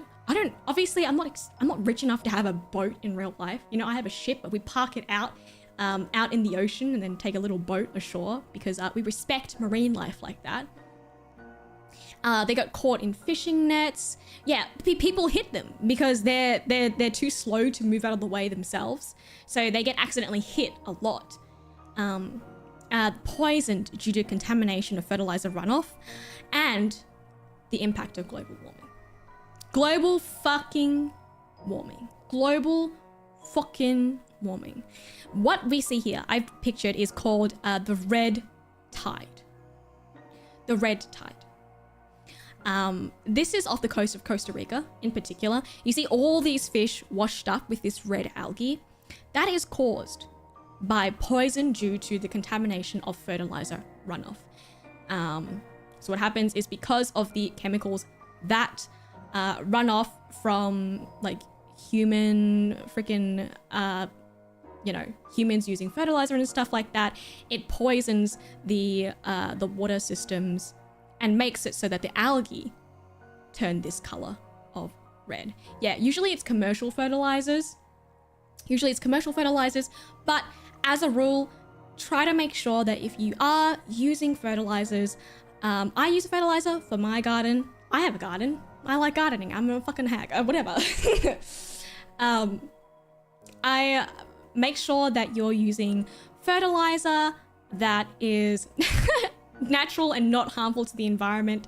I use a seaweed-based fertilizer personally, like a seaweed-based fertilizer personally, and then make sure that if you do have runoff or if you're watering your garden or your lawn, or I don't know what the fuck you guys do with your lives and stuff like that, make sure that you're not letting any toxic chemicals go down the drain and into your waterways. There are things that you can do to check where your waterways run off into, but that being said, just be careful in terms of what you are doing. And I know obviously like the biggest offenders are those commercial fertilizers, when they do huge areas and do all that stuff. But I like to personally think that each person can make a difference. Each person can make a difference, and one person trying their best to do good in the world. And if everyone does that, then we can make a little bit of a difference. And that's maybe my way of coping, but if I don't think that way, then it is doom and gloom. I just try to do my best for myself and for the environment that surrounds me. Yeah, so I encourage you guys to also do your best, take an extra precaution, look into it a little bit if that's something that you care about. Also, if you have boats, not me, you know, not fucking me, I don't own boats or whatever, make sure that you're checking around your waterways and stuff. If you do live in those environments where manatees and slow-moving marine mammals are present, that you're looking around, you're checking, kind of like, it reminds me of like in the winter, you check your engine and stuff for little creatures that have maybe sought out refuge from the cold and stuff before you turn on the engine. Kind of stuff like that, you know? And it's like, it's just little things, but I think that it makes a difference. So yeah, try your best, guys, to protect our marine life, because you only get one chance. Yeah, stop putting trash in the ocean. I mean, if you live in the desert, then, you know, go off, do whatever you want. Go on, do whatever you want. This doesn't apply to you. And a big one is global warming. It pushes manatees into warmer areas that are usually inhabited by humans. And a lot of times the sad thing is that they have begun to almost depend on these artificial warm areas, like for example nuclear power plants that have really, really warm waters nearby, because that's what nuclear, but it needs a lot of water. Okay, anyways.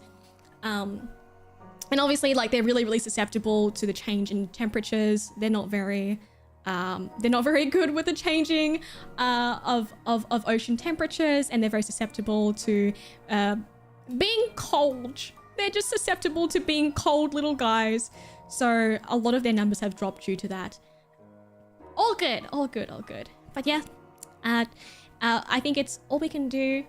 We can all do our best to make a little bit of a difference. And if all of us try a little bit to be more mindful of the impact that we have on the environment, then hopefully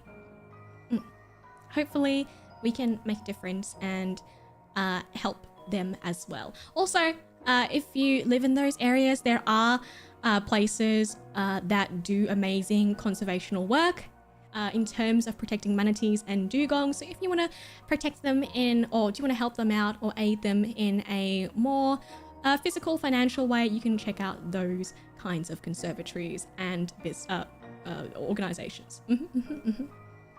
All right, now that I've lectured you about ocean and environmental responsibility, okay, but like how the fuck do they relate to mermaids and sirens though, right? Like how, okay, well let's go back. How do they relate to mermaids and sirens though, right? I'll tell you how. Humans are stupid.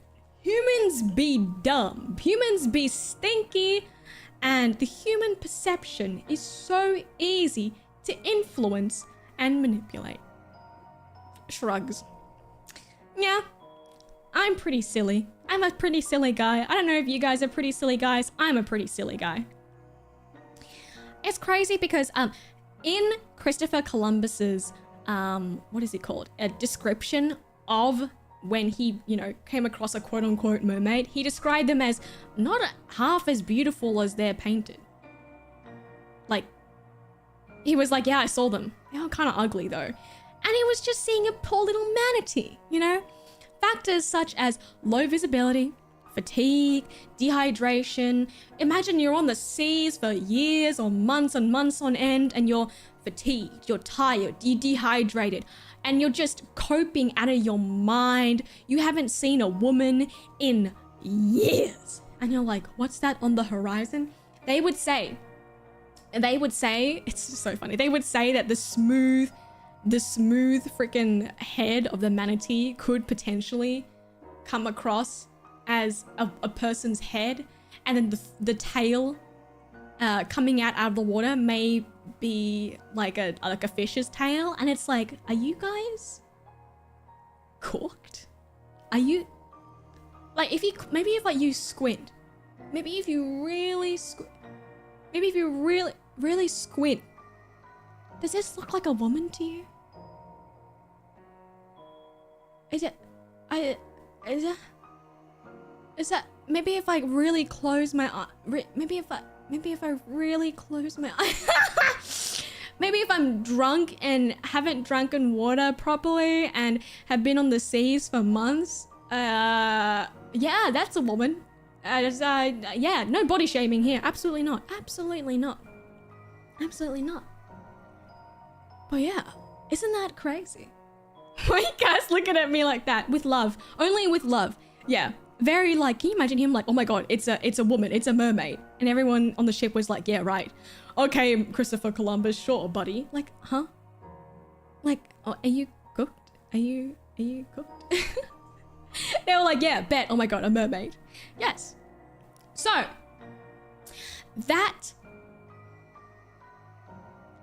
with that, we have reached the end of our little presentation for today. I did a bit of a longer one.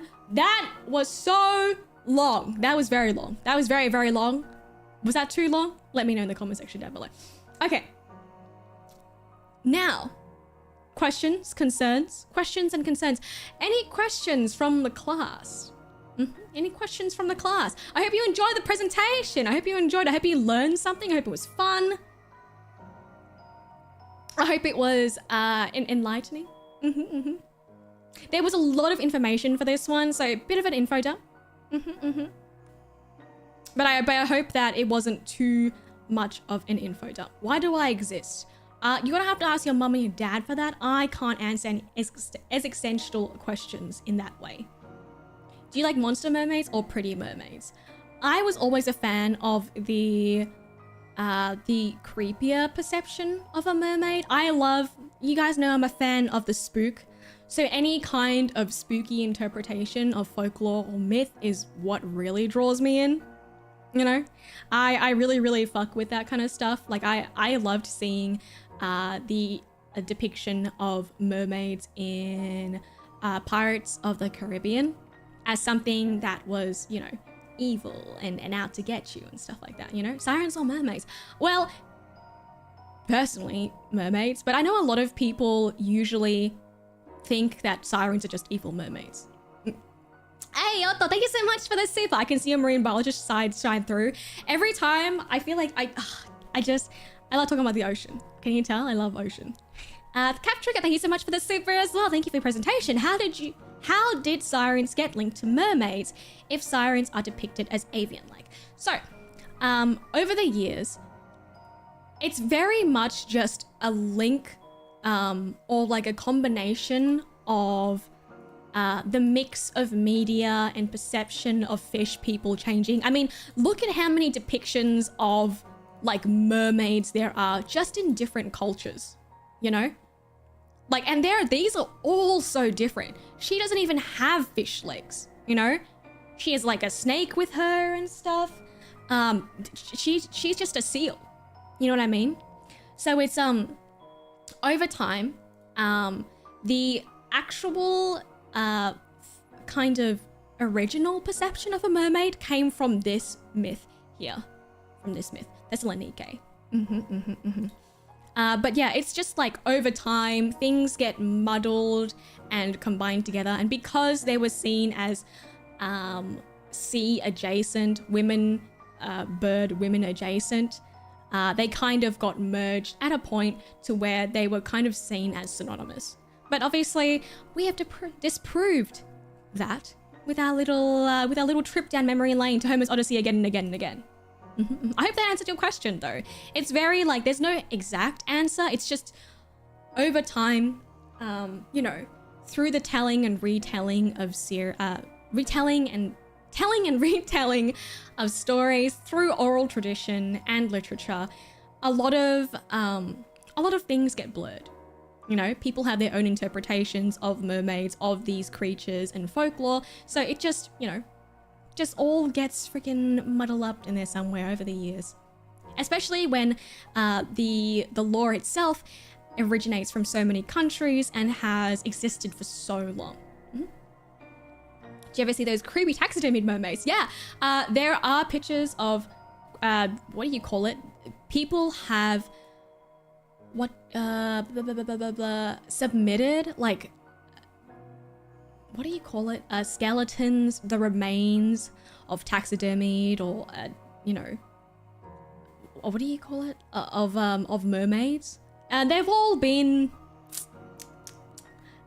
disproved. They've all been disproved. Yeah, and I mean, like, there are so many other cultures that I didn't reference here that have their own story of half fish, half women, people, or stuff like that. Captain, thank you so much for the fishy. Thank you so much for the super. Captain, what do you like, mermaids or sirens? I mean, traditionally, I think I would like the mermaid better, but I love the current public perception of the siren.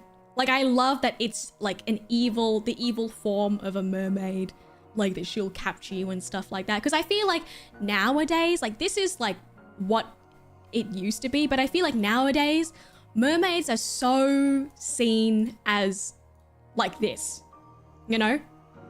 Like, mermaids are so universally seen as this.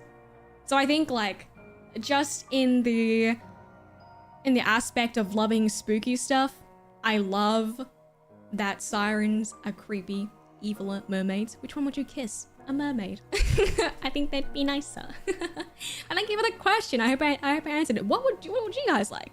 What do you guys like better now that you've learned a little bit about them? Yeah, the Fiji mermaid. That one's cooked. That one looks bad. That one looks really cooked. That one looks really cooked. If you've seen it, it just looks like a shriveled up little prune. It's pretty creepy. It's pretty creepy.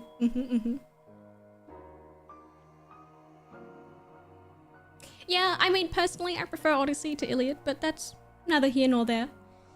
Mermaid because you love the ocean. Yeah, I mean, like, if we're talking about traditionally, of course, I would prefer the mermaid because I'm not really a bird girl. I'm a sea gal, you know, obviously. I'm a pirate. But I mean, if we're talking about what society thinks of sirens now, I think sirens are pretty cool. I like both. Yeah, I think both are pretty cool. I mean, I think that both kind of images of the siren and the mermaid are very valid. You know, I kind of hate when people like, actually, that's not what it's. They can be whatever you want. You know, it's a myth. It's not real. It can be whatever the fuck I want it to be. It can literally be anything that I want it to be. Literally anything. I was like, pretty monsters. They look more classic. Yeah, I love like the evil kind of connotations of things in folklore and myth, putting malevolent spirits to unexplained natural sources and things that happen. Like, for example, like I love the evil perception of fae as opposed to like cute little pixie fairies. Like I love evil fae. They're so cool. Like, yeah, vampires. Yeah. Yeah, both of them very, very interesting, but I think pretty different. Like, this Siren's backstory is very much heavily Greek focused. I mean, I explained like 3 different freaking stories, you know? Very, very heavily Greek inspired and focused. Fae are awesome. Fae very, very cool. I'm just reading any other questions. Any other questions? Any other questions? Any other questions?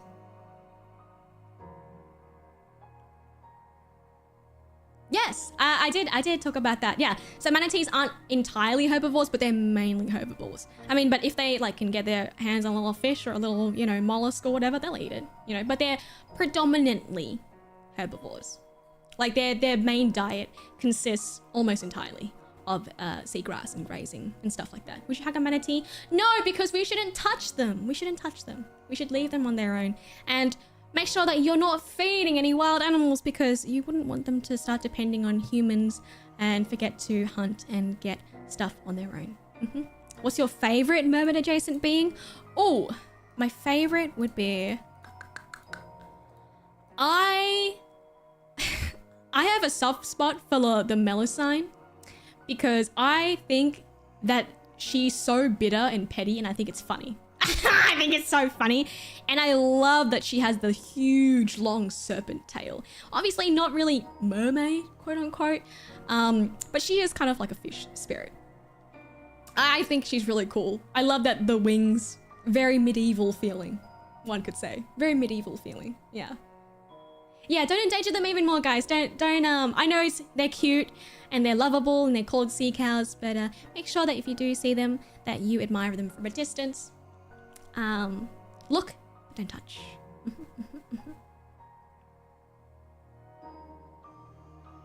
Is there a reason why the Sirens in Jason had bird characteristics rather than the fish ones? Actually, originally they were of avian in nature. It's only later.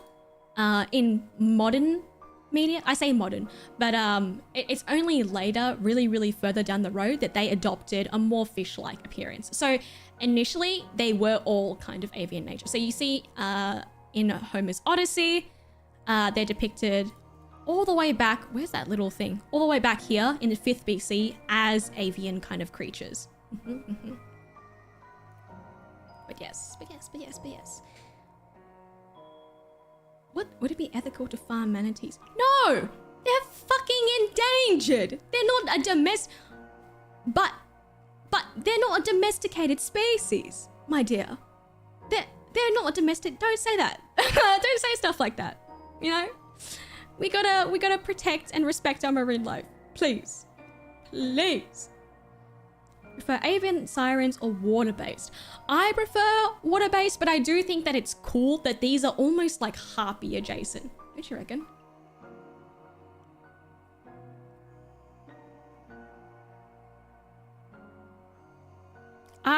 I think like if we ever looked at harpies, we would have to look at fucking Homer's Odyssey again. We'd have to look at fucking Homer's Odyssey again. Be like, God damn it, Homer's Odyssey again. God damn it.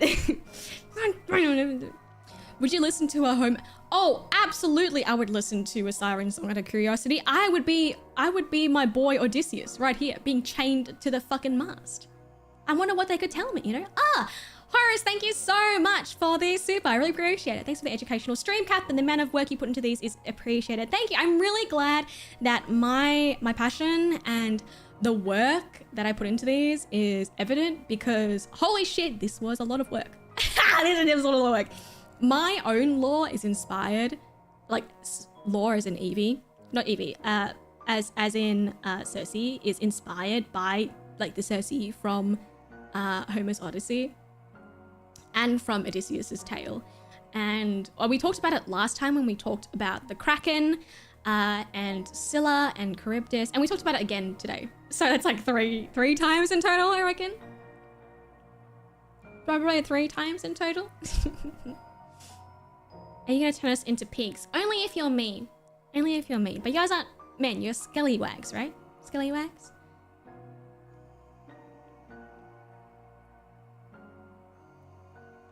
Where did the Siren being a 3-headed monster come from? I actually haven't heard that iteration of a Siren, but that sounds a lot more...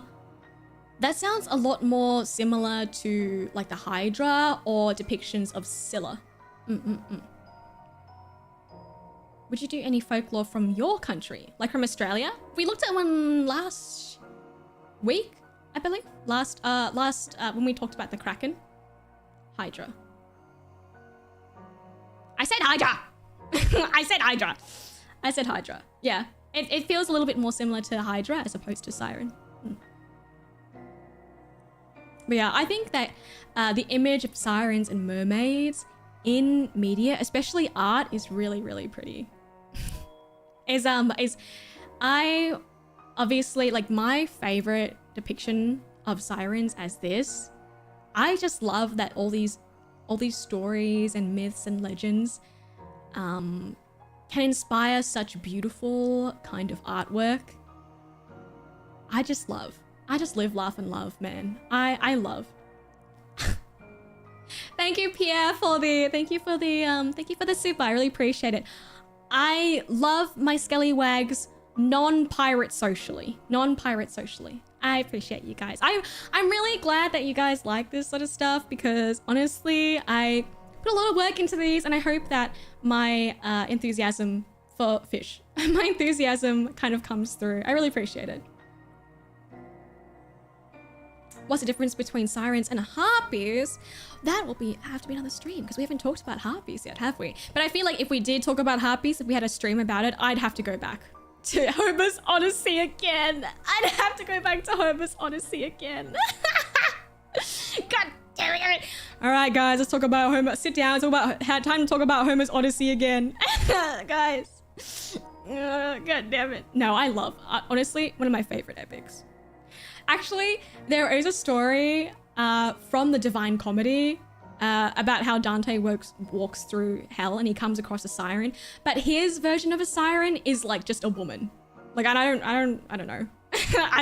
To be honest, I didn't really want to include it because it doesn't really fit in with other depictions of sirens. But he called it a siren, you know? But yeah.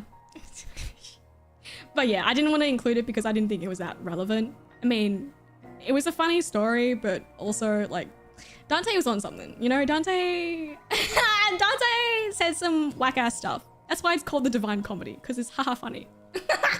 Haha funny, yeah. Just a little guy. Yeah, you literally cannot escape Homer's Odyssey. It will follow us for the rest of my streaming career. Okay, I hope you guys enjoyed this stream. I love teaching and showing you guys about this stuff. If you have any suggestions for what you would like me to cover next in terms of this series, I'm thinking of maybe doing not a cryptid, but like a creepy naturalistic phenomenon. Maybe like mass hysteria, or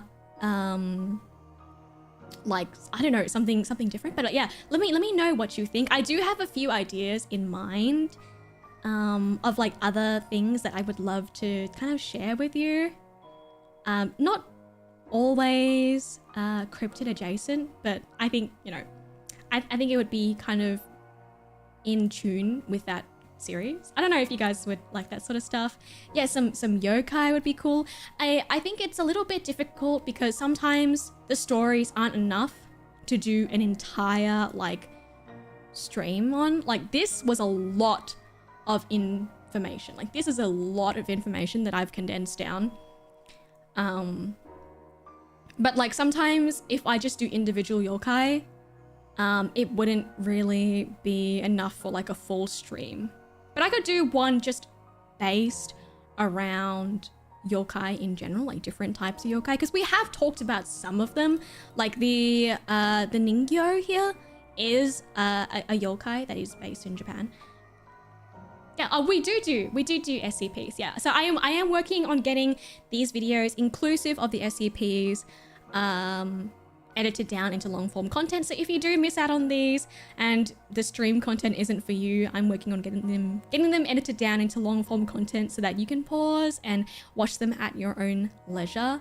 But yeah, let me know if you guys have any suggestions for the future in terms of what you would like to see for these little informational videos. I'd love to do research on more things for you.